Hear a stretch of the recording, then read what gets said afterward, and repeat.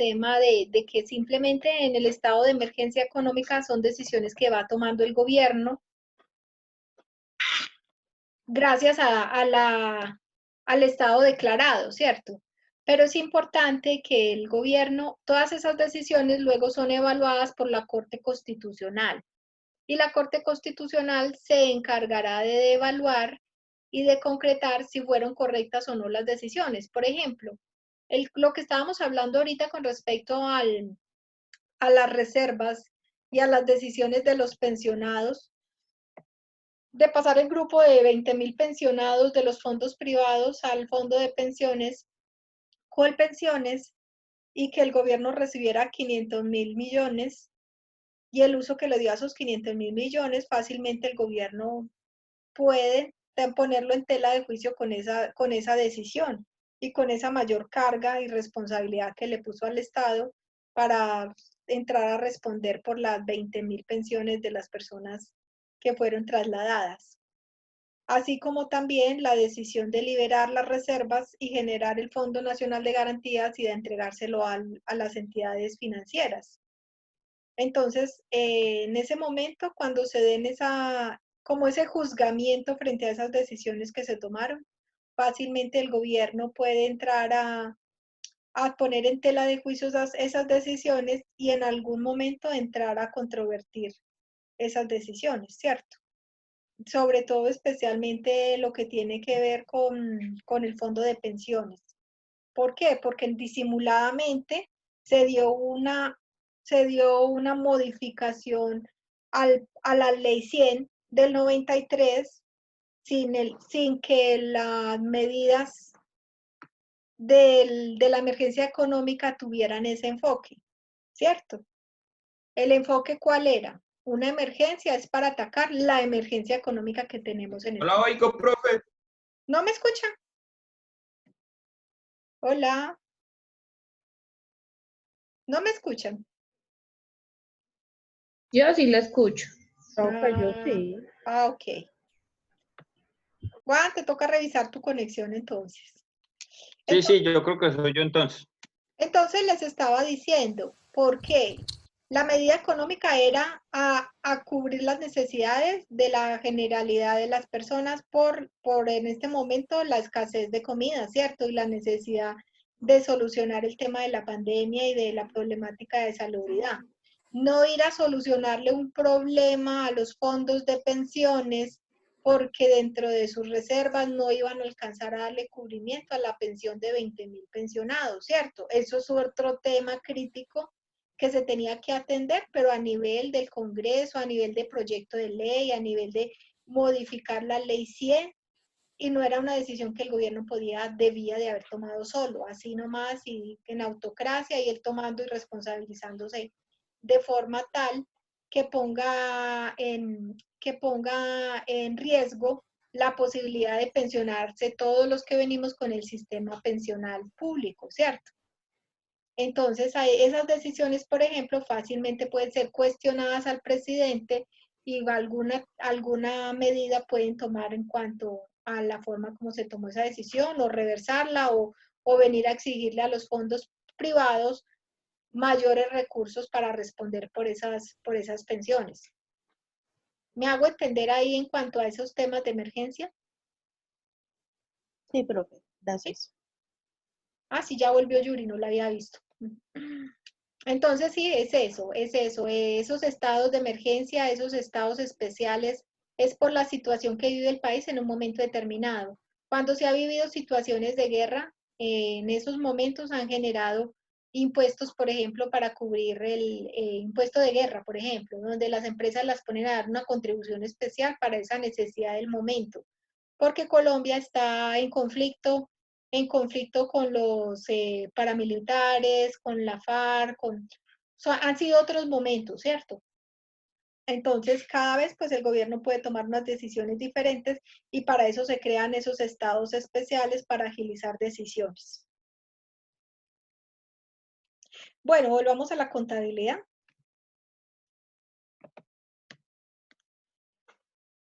Entonces, aquí decimos, la Contaduría General de la Nación es una entidad del sector público creada para determinar las políticas, principios y normas sobre la contabilidad que debe regir en el país para todo el sector público.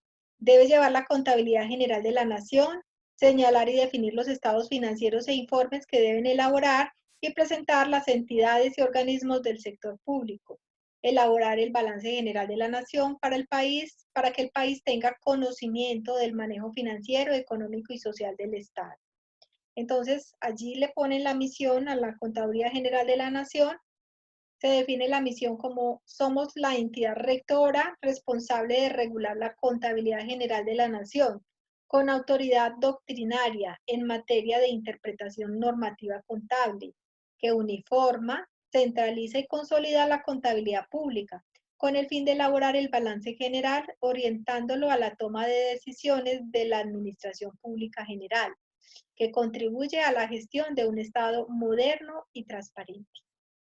Y su visión es ser reconocidos como la entidad líder que habrá consolidado un nuevo sistema nacional contable público del país y que provea información contable y fiscal con calidad y oportunidad para los diferentes usuarios, de acuerdo con estándares nacionales e internacionales de contabilidad que contribuya a generar conocimiento sobre la realidad financiera, económica, social y ambiental del Estado colombiano.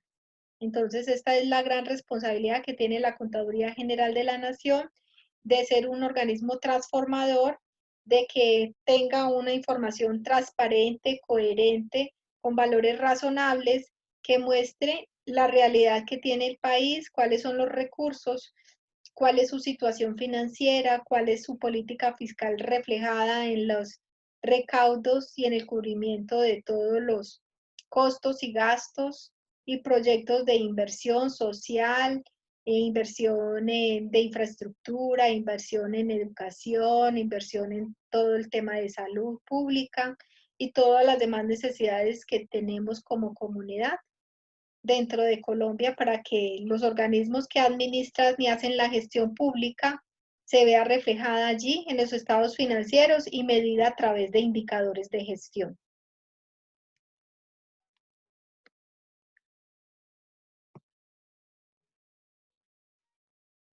Ay, espérate.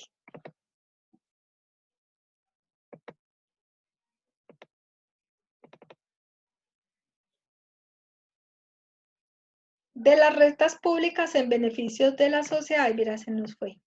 De las rentas públicas en beneficio de la sociedad y para el gobierno, nada será más útil ni más satisfactorio que corregir los abusos de la administración. Esto se hablaba en su momento cuando Simón Bolívar en el Congreso de Angostura analizaba cuál era la responsabilidad que tenía el Estado, ¿sí? Entonces, esa necesidad de tener un control de las rentas públicas para el beneficio de la sociedad, en donde era la administración la que tenía que llevársele un control debido y adecuado a esos recursos y limitar los abusos que año por año, durante muchos siglos, la administración pública ha tenido con los recursos públicos. Esos robos continuos, esa maniobra con los recursos públicos no son temas de hoy ni de en estos momentos, sino que lamentablemente ha sido un tema cultural que ha tenido Colombia durante muchos años y que con la implementación de los controles, de la Contraloría, de las auditorías, digamos que poco a poco lo que se ha buscado es limitar ese abuso de poder y que los gobiernos pues respeten las normas y a través de una aprobación de presupuestos se limite los abusos y el estar desagrando el erario público con el mal uso de los recursos.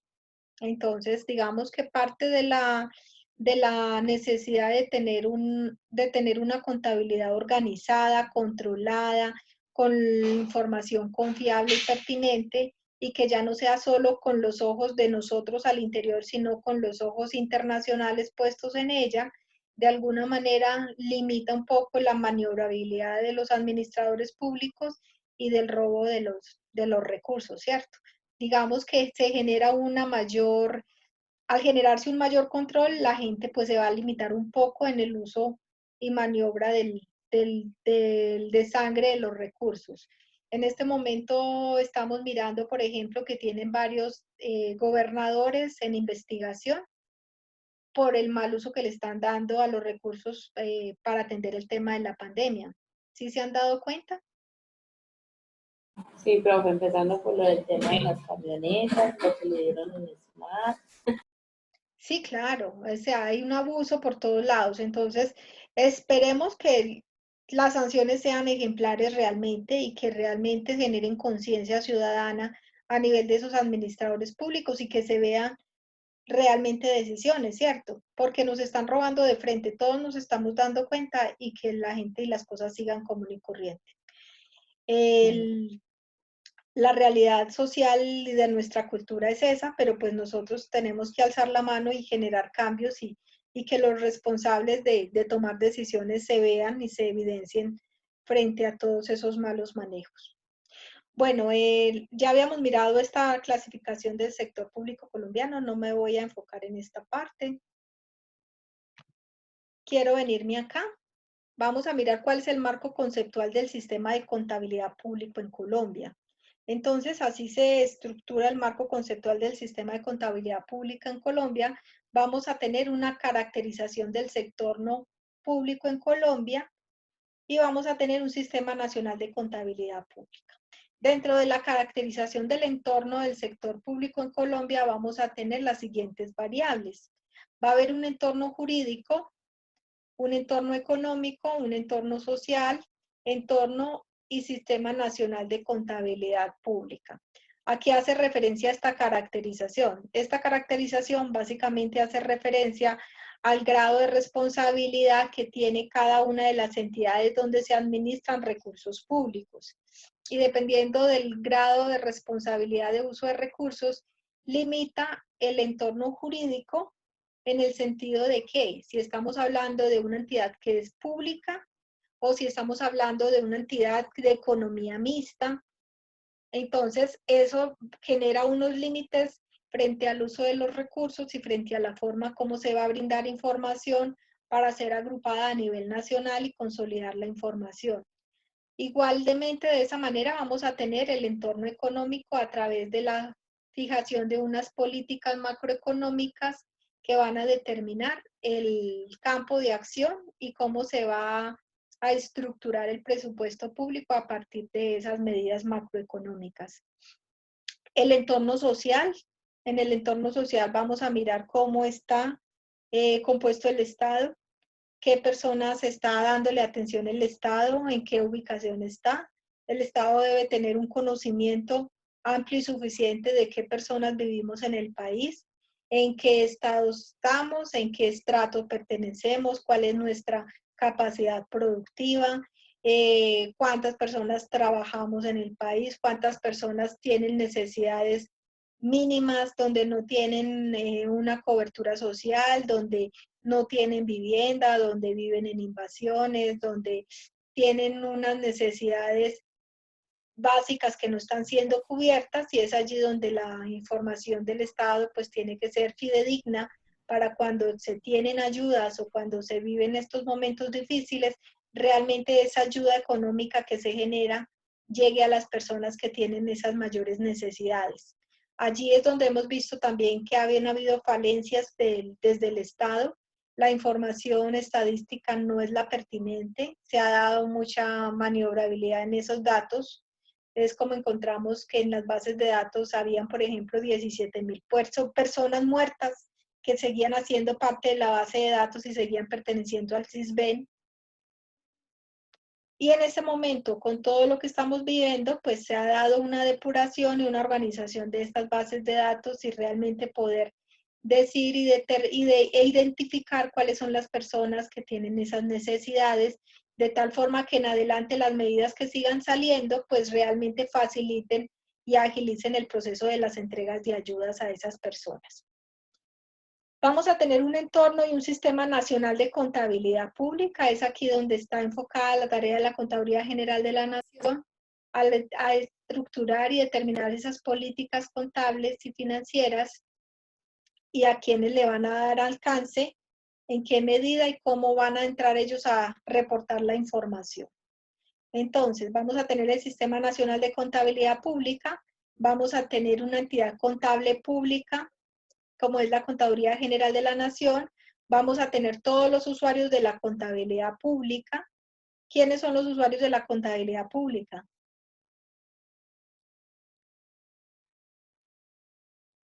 Somos todos, ¿cierto? La contabilidad pública como tal somos todos, somos tanto los usuarios directos como es el señor presidente, los ministros, el responsable directo de dar la información, el contador general de la nación, todas las empresas que están administrando recursos públicos tienen que saber y conocer a nivel de el informe consolidado de la nación, qué papel ocupan, cómo muestran su información dentro de esos estados financieros, como nosotros, porque para nosotros también es importante conocer cuál es la situación del país, cuáles son los bienes públicos que tenemos, cómo se dan el uso de los recursos. Entonces, esa información, nosotros también somos un usuario importante de la información. Vamos a encontrar también las entidades internacionales, ¿cierto? El Banco Mundial, las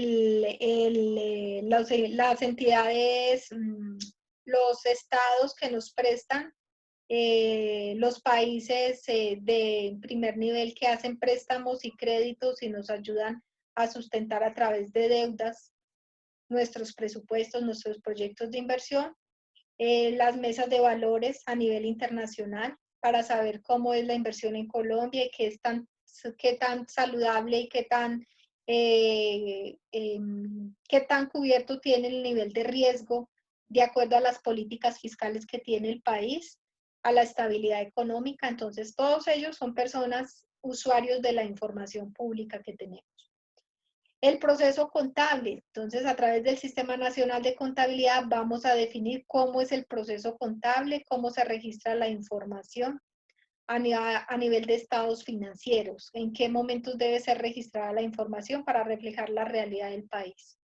¿Cómo es la normalización y la regulación de la contabilidad pública? Entonces, es la definición de toda la normativa que se va a aplicar en la contabilidad pública.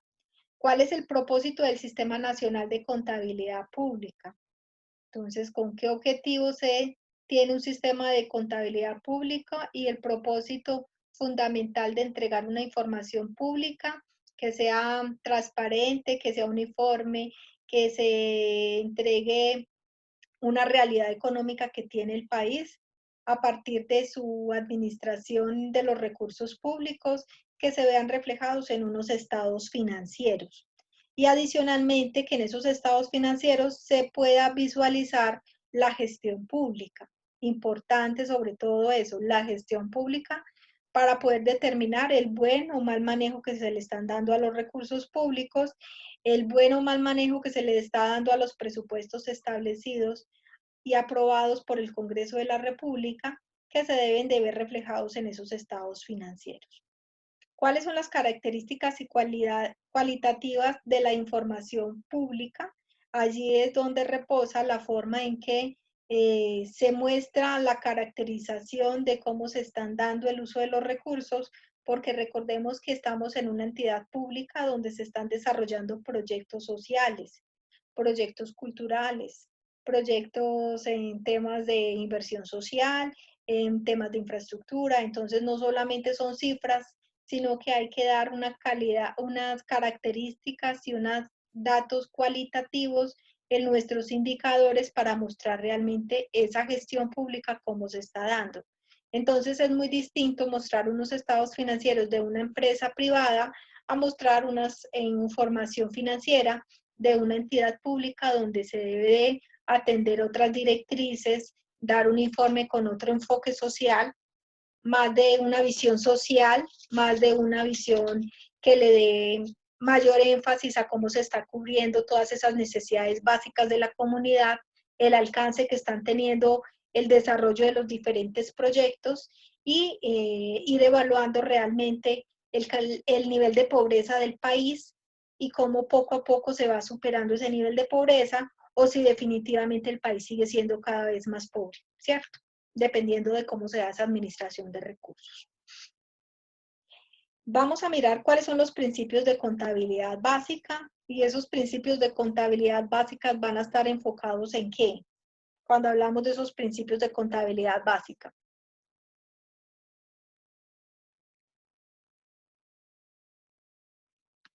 ¿Recuerdan los principios de la contabilidad? Recordemos que en la ley 43 vemos todos los principios de la contabilidad y adicionalmente con las NIF me hacen énfasis, un mayor énfasis en los principios de la contabilidad. Voy a volverme a devolver. Nosotros, ¿hasta dónde hemos avanzado en el tema de las NIF? ¿Qué conocimiento tenemos de las NIF? Los escucho.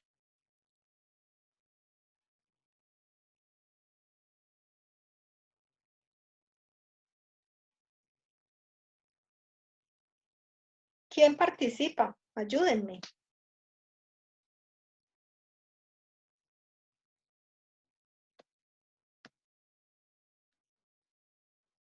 Chicos, ¿con cuántas personas es que yo estoy en la clase? Profe, pues yo en lo personal, poco. Primero, todavía no he visto la materia.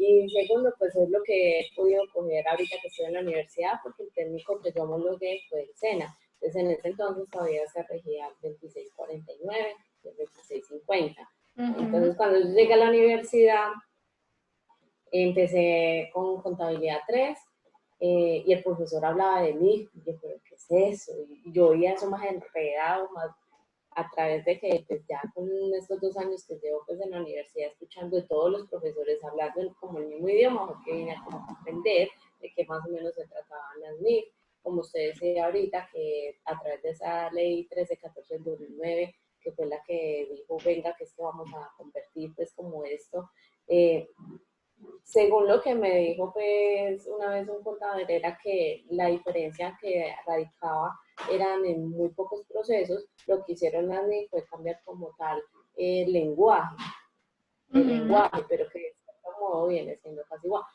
¿Qué diferencias hay en lo que cambiaron? Por ejemplo, lo que hablábamos, lo de los activos, que ya no es como antes, pues, se me fue la paloma, profe, pero que el NIF es con el valor razonable del mercado. ¿Qué más hay de las NIF, profe? Que las provisiones que se llevaban antes de lo que son las cesantías y eso por la 26, el NIF, eso no es necesario.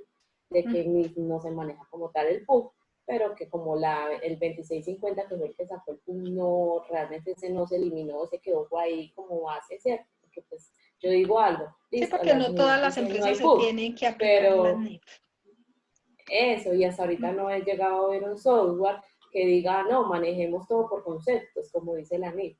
Pues muy duro, no he llegado a ver como el software que está implementado con meros conceptos, sino que arrastran también el PUC como tal.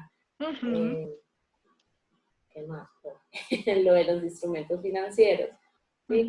Que eso también fue como un cambio ahí. También Sí. con las NIF salió lo del impuesto diferido que va a través de la depreciación. Bueno, profe, ahí de a poquito. Alguito, no, pero está bien, estás bien enfocada, es importante, porque sí tenemos que visualizar, porque no quiere decir que la contabilidad del 2649 haya quedado olvidada y que ya no se aplique para nada. Entonces sí es importante nosotros tener un manejo conceptual en qué son las NIF y qué es el 2649, qué es el cambio fundamental que traen las NIF y dónde radica su mayor transformación y realidad a nivel empresarial. Entonces sí es importante como que hagamos un mayor énfasis en esa parte. Sí, les voy a traer algo complementario en la próxima clase para que avancemos en los temas de las NIF y vayamos andando un poquito, porque es fundamental. Ya hemos visto las 4 contabilidades, pero no tenemos la caracterización real de qué es lo que me traen las NIF frente a la tradicional contabilidad que manejábamos en Colombia. Entonces, sí me parece importante. Gracias por la participación. Es importante, así sea, que ustedes me alcen la mano y digan, profesora, nosotros no lo hemos visto en detalle, o profesora, no nos acordamos, o profesora, sí profundicemos un poquito más a ver si podemos aprovechar un pequeño espacio de esta clase y enriquecemos esa parte contable donde nosotros, al punto que estamos, debemos de tener mayor conceptualización frente a las NIC, ¿sí? Entonces, sí me parece fundamental. La próxima clase le vamos a dedicar media horita al tema de las NIF, que tengamos unas bases fundamentales de qué estamos hablando de las NIF para poder hablar con propiedad de los temas. ¿Listo? Entonces, en los principios de contabilidad pública, obviamente son fundamentales determinar y saber para qué es que yo llevo una contabilidad y cuáles son los principios que tienen que reunir esa contabilidad de forma fundamental para yo tener un sistema de información que permita mostrar la realidad económica de esos sentidos, de estos organismos, en este caso organismos del sistema de contabilidad pública, donde se administran recursos públicos para que realmente ese sistema de información cumpla los requisitos fundamentales de los principios de la contabilidad. Con las normas técnicas de contabilidad pública es que el Contador General de la Nación le está dando alcance a toda la normativa internacional, a las exigencias de la NIF, a la definición de unas políticas empresariales que se tienen que aplicar a nivel transversal de todas las organizaciones y obviamente a nivel de los parámetros desde el Contador General de la Nación direccionado hacia todas las bases en cada uno de los estamentos y sistemas que manejan y administran recursos públicos de la manera como se debe aplicar las políticas y procedimientos contables, cómo debe darse alcance a la norma y cómo se le debe dar la respectiva capacitación y socialización para que todos los organismos públicos lo hagan de forma similar. ¿Para qué? Para que la contabilidad, una vez se consolida toda la información, se muestre coherente y consistente en cada uno de los rubros de la contabilidad. Y por último tenemos la estructura y la descripción de las cuentas, en donde se determina cómo es la conformación del plan contable público y cómo es que se va a mostrar y se va a administrar cada uno de los renglones a nivel del sistema contable público, que es importante también que le demos una miradita, porque muchos rubros son similares a la contabilidad privada, pero muchos otros tienen un alcance superior porque lo que se administran son los recursos públicos y toda la política fiscal y el recaudo que vamos a hacer a nivel de los impuestos y contribuciones, ¿cierto? Entonces allí vamos a estar.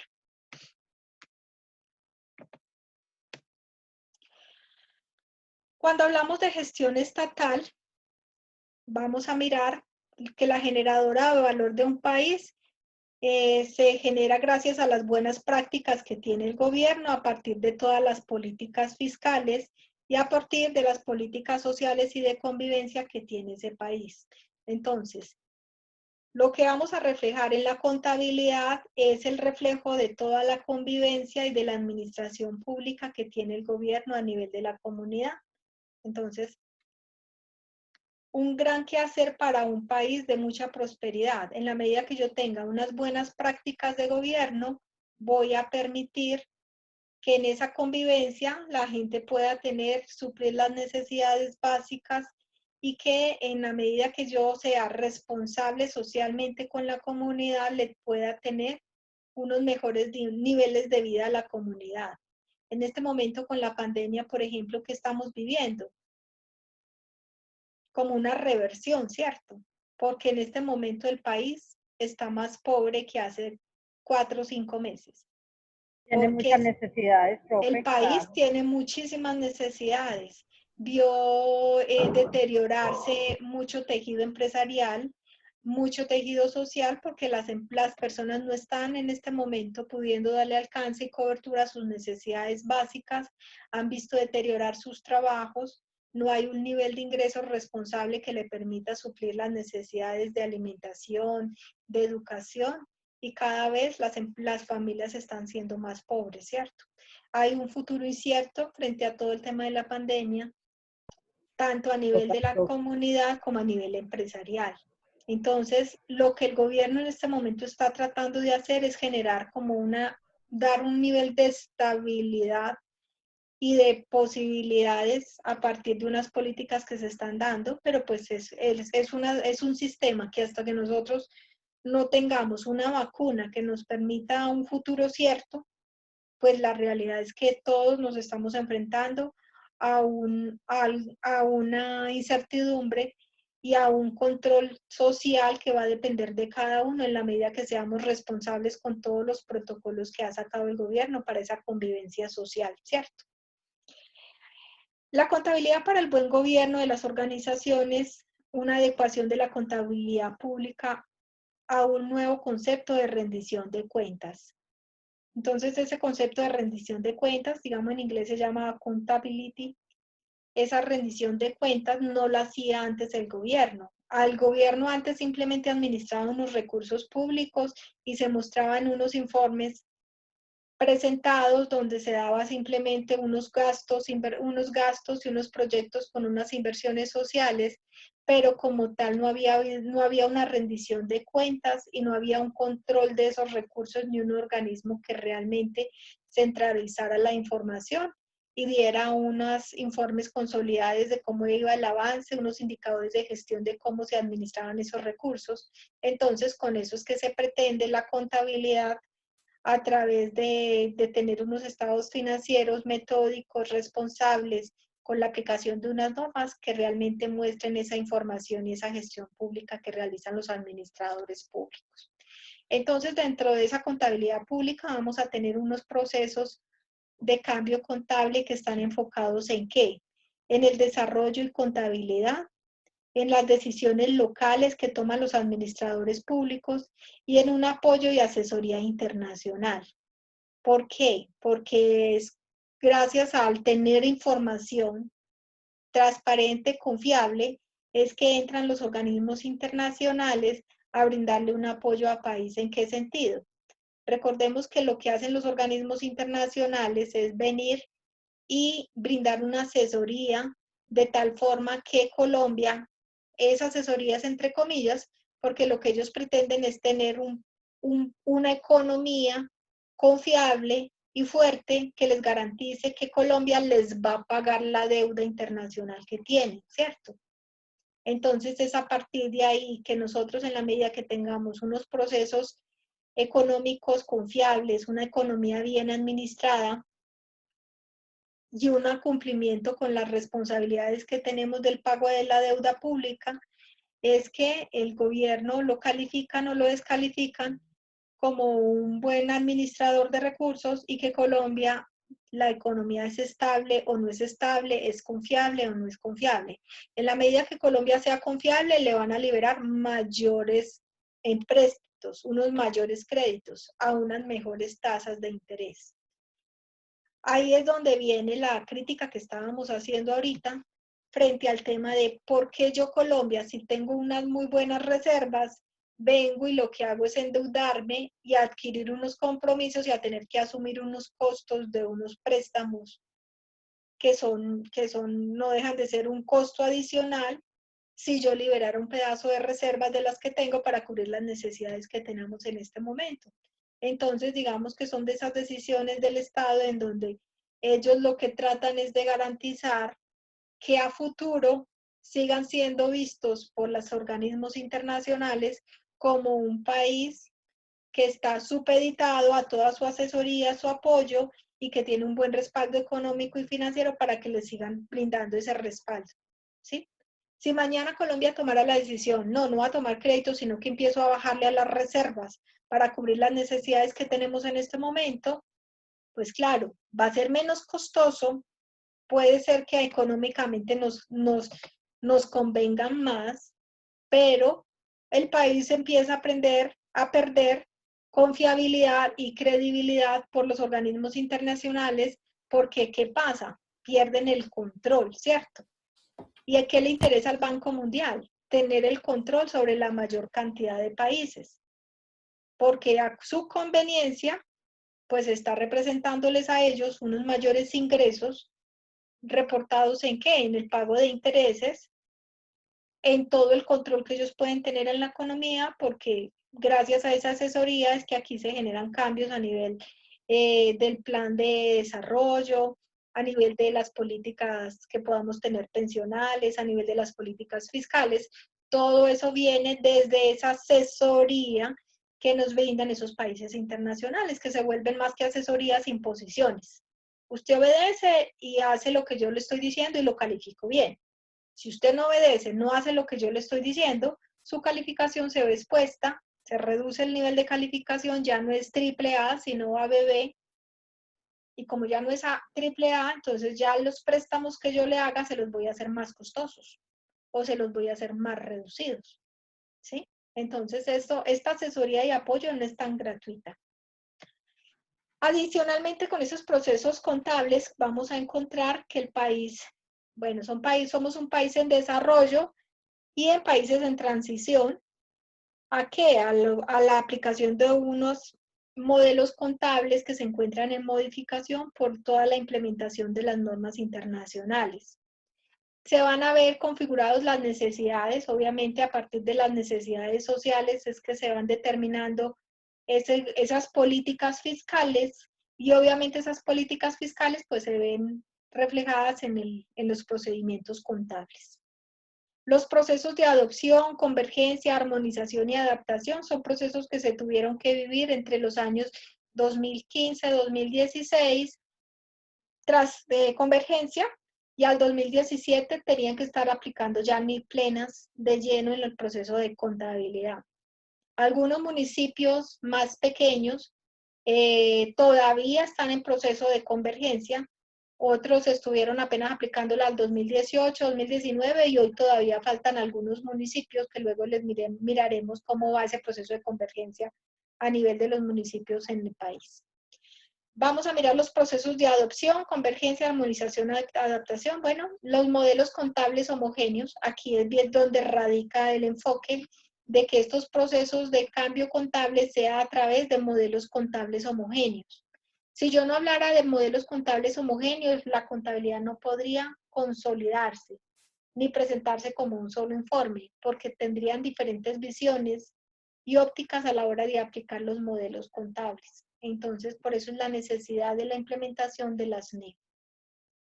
Vamos a tener unos vinculados un capital global, obviamente a nivel del capital global que estamos hablando a nivel de inversionistas y a nivel de entidades que nos ofrecen créditos.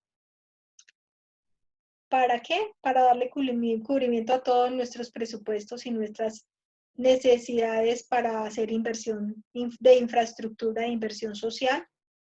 Y vamos a tener asociados a las necesidades de los países desarrollados, obviamente, claro, cuando vienen los países desarrollados a querer apoyar, asesorar o generar créditos, pues obviamente volvemos a lo mismo, no lo hacen de gratuito. Esto es la necesidad detrás de la globalización económica, la necesidad de poder. Y obviamente los países desarrollados detrás del capital que tienen y con lo que cuentan, eso es lo que hacen con Colombia y con los países que estamos en vías de desarrollo, de que nos hacen préstamos, nos hacen créditos con unas condiciones que no son nada sencillas y obviamente pues la necesidad de poder, de tener ellos poder frente a nuestras instituciones y a nuestro gobierno para entrar a influir en beneficio de ellos mismos, controlar nuestra economía. ¿Cierto? Profe, perdón, falta menos de un minuto. Sí, ya se va a cortar, ya iba a frenar ahí. Ya se las paso nuevamente la conexión. Bueno, profe. Ya las paso. Gracias.